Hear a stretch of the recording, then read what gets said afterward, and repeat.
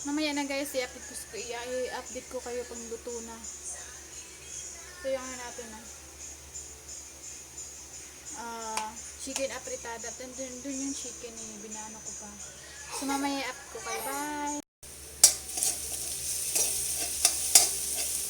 Ano ba tayo dyan? Pili mo coca? Ha? Meron niya, yung malalaki parang asal. Meron yata doon sa dahil ko na leda.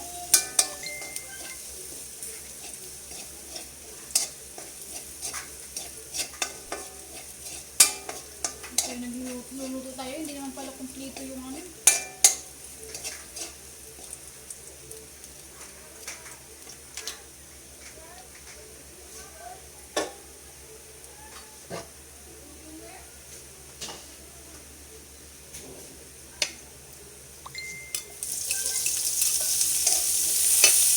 Bakit ang lalaki niya pa ng ano? Buwalan. Maliit yun. Itatanggal yan.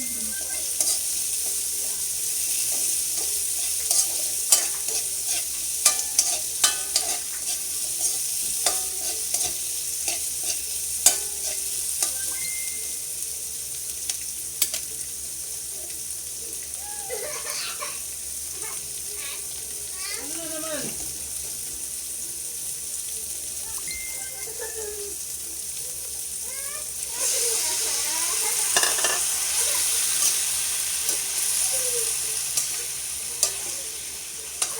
Hindi na pa yan siya.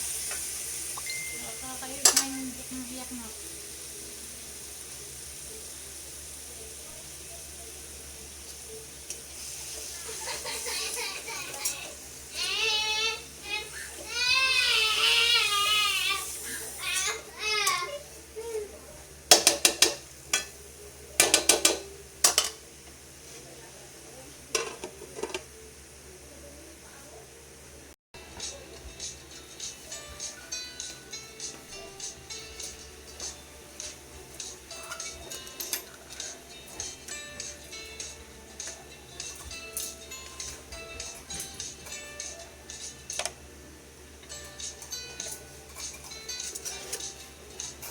Haba bang hiwa nito?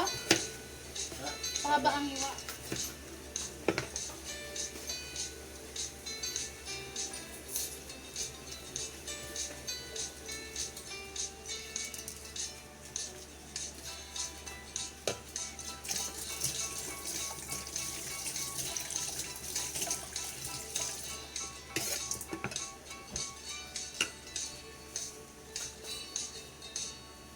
Nakop nang lumabas? Ito lang? Sa? Aba. Doon, doon ka doon. Hindi ka doon. Ano nang lumabas?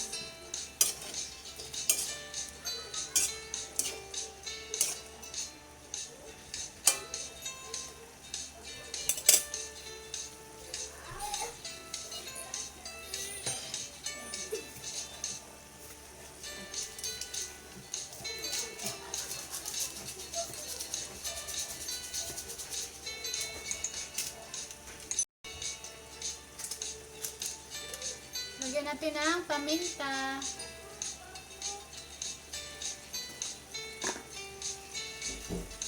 Chicken afritada to, mga baby ko.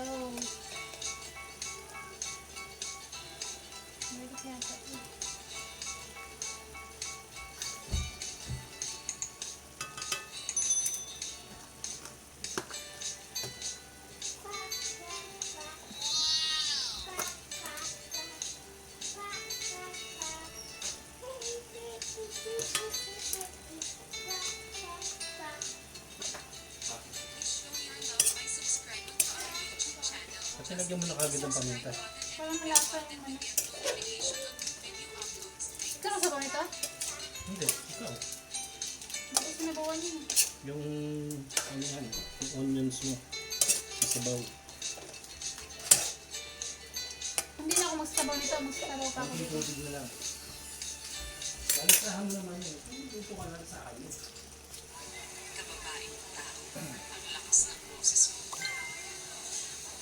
Hindi, nilagay mo na yung ano, yung tomato sauce. So, Yung tomato sauce, dapat din mo na nilagay yan. Sinabay mo yun dapat sa tomato sauce. pwede na ilagay ito. Para malasa yung ano. Pwede na, sige, lagay na. Kalasong din naman yun. Walang din naman yung lasa. Ito. Hindi. Uy! Close mo yan! Close yan.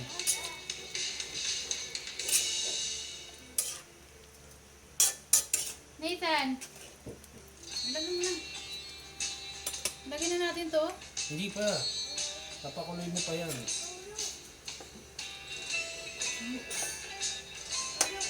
Ano ang mamadali magluto? Tagal kayo maluto niya kasi sa manok. Luto na ngayon yung manok.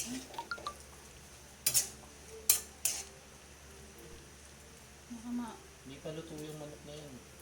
Baka maano yung ano, tubig niyan. Magiging puyo. Bala ka, gawin mo ka ng gusto mo.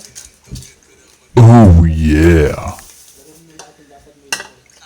Gusto mo lagay. Lagyan na natin.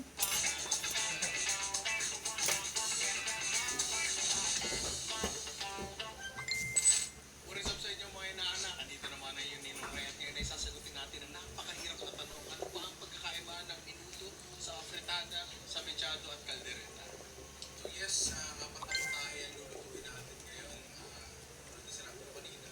Minuto, afritada, caldereta at mechado. Sa ilalim. Ang dami kasi nagtatanong online kung ano-ano ba ang pagkakaiba nila. And ang mabilis na sagot doon is yung puno ng ginagamit. Pero ang common denominator naman nila lahat is meron sila lahat kamatis. Tomato sauce, tomato paste, fresh na kamatis. Pero ako, I personally, I don't use tomato sauce. I use tomato paste natin kasi kailangan kontrolin ang water content. Dahil basically, ito ay tomato sauce na concentrated. So, mas maganda to kasi mas meron ka lang control over the juice. So, ang apat na Parang, dish natin ano lang ay to eh. simula sa Holy Trinity ng Filipino cooking at yun ay sibuyas, kamatis, at bawang. Pro tip pala, kung madalas ka naman gumamit ng bawang sa daily cooking mo, ang gawin mo is mag-mint item na yun at least 140 degrees Celsius. Meaning, hindi mauupuran ang Maillard reaction sa oven kasi ang oven tapos at 100 degrees Celsius.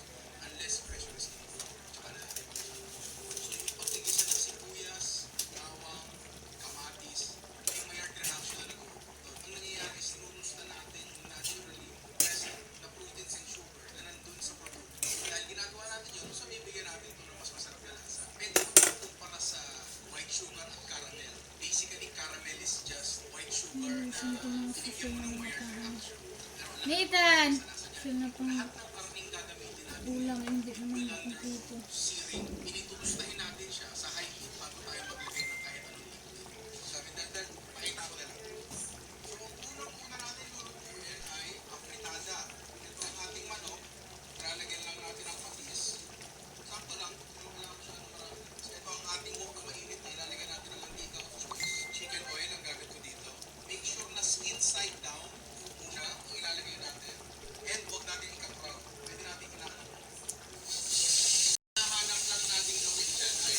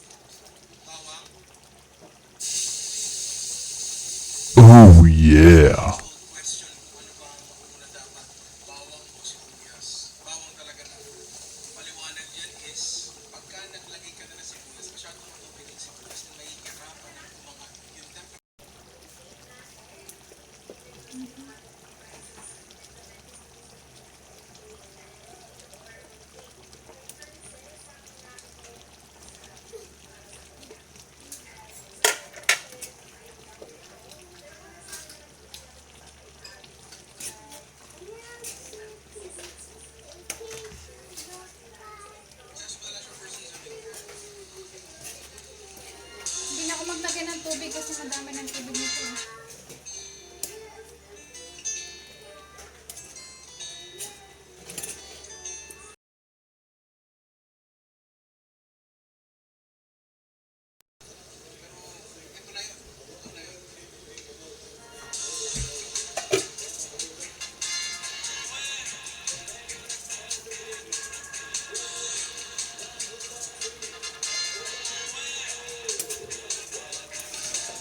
Okay, so next dish natin ay caldereta. Maraming nagre-request dito.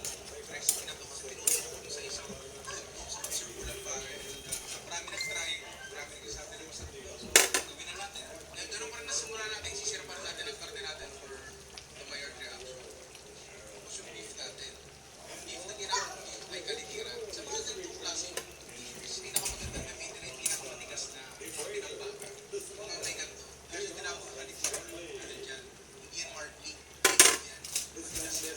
Pero magkapalambot natin yan. Iibigay na dito. So, ano ba yung sinasabi na dyan? Kung wala kayong matigas kalitiran, pwede kayong bumili ng kenchi. Kenchi is basically boneless na bulan. Sira na natin ang karne natin.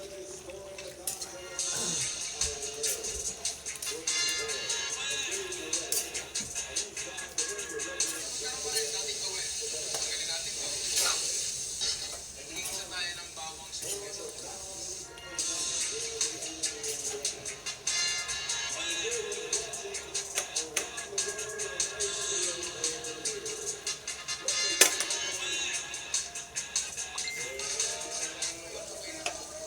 Pero na-realize ko na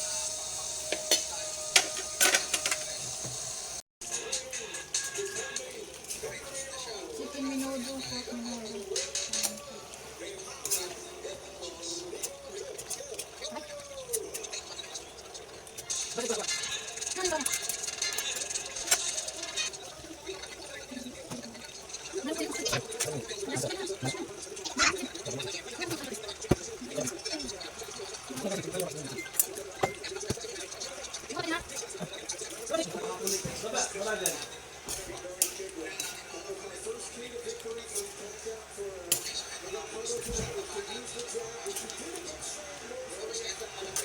Tikman mo dyan.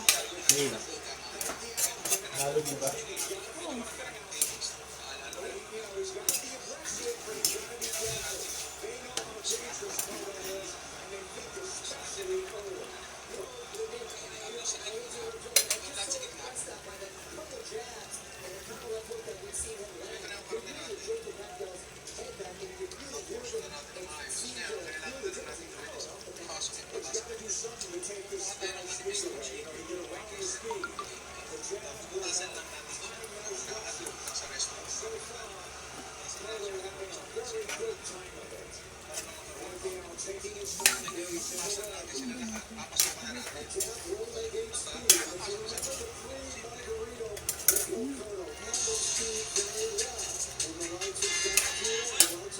Umalit sa ano. AI solution automatically tells you if you have a problem and what to fix. With a built-in natural language structure that makes it easy for the help desk team to take first-level calls. Let AI knows. Data from millions of devices, expertise in customers, how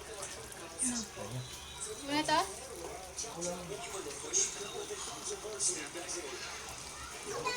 Tatabangan sa ano.